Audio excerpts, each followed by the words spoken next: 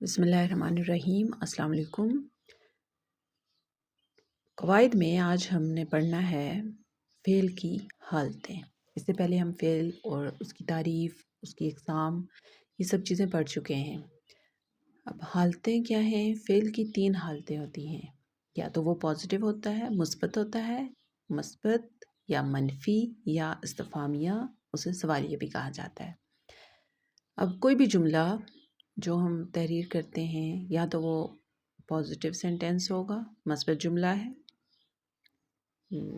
میں کھانا کھا رہی ہوں، ہم بازار گئے، ہم کھیل رہے ہیں، یعنی کوئی بھی جملہ جس میں یعنی پازیٹیو یا مثبت جملہ ہم اسے کہتے ہیں، جو بھی ہم نارمل جملہ بناتے ہیں۔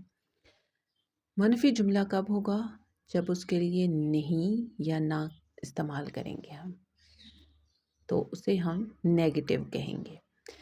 اب اس کو بنانے کے کیا قاعدے ہیں کہ فعل مثبت سے پہلے نہ یا نہیں لگانے سے فعل کی منفی صورت بن جاتی ہے۔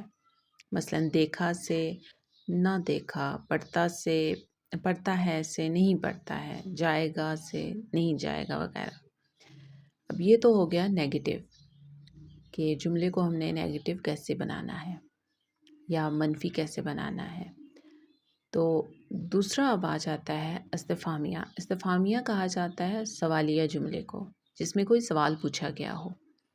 استفہامیہ جملے جو ہوتے ہیں ان میں ان کی پہچان یہ ہوتی ہے کہ ان کے شروع میں کوئی بھی ایسا لفظ استعمال کیا جاتا ہے جو سوال پوچھنے کے لیے استعمال ہوتا ہے۔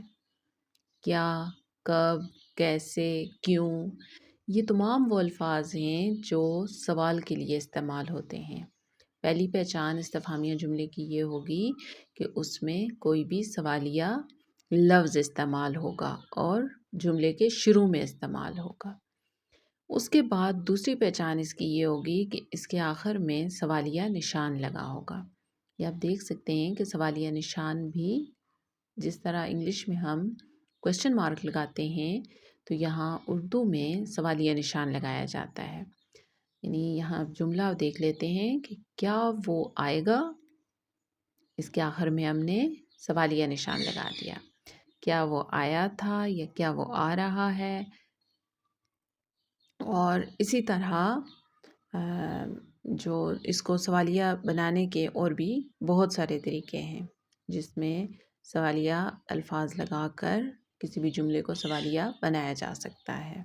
امید ہے آپ کو فعل کی ان حالتوں کے بارے میں سمجھ آ گئی ہوگی، اور آپ خود سے اب اس کی پریکٹس کریں کہ زیادہ سے زیادہ سوالیہ اور منفی جملے بنائیں اور انہیں تحریر کریں، تاکہ آپ کو جو لکھتے وقت اس میں کسی قسم کی پریشانی نہ ہو۔ آپ کا بہت بہت شکریہ۔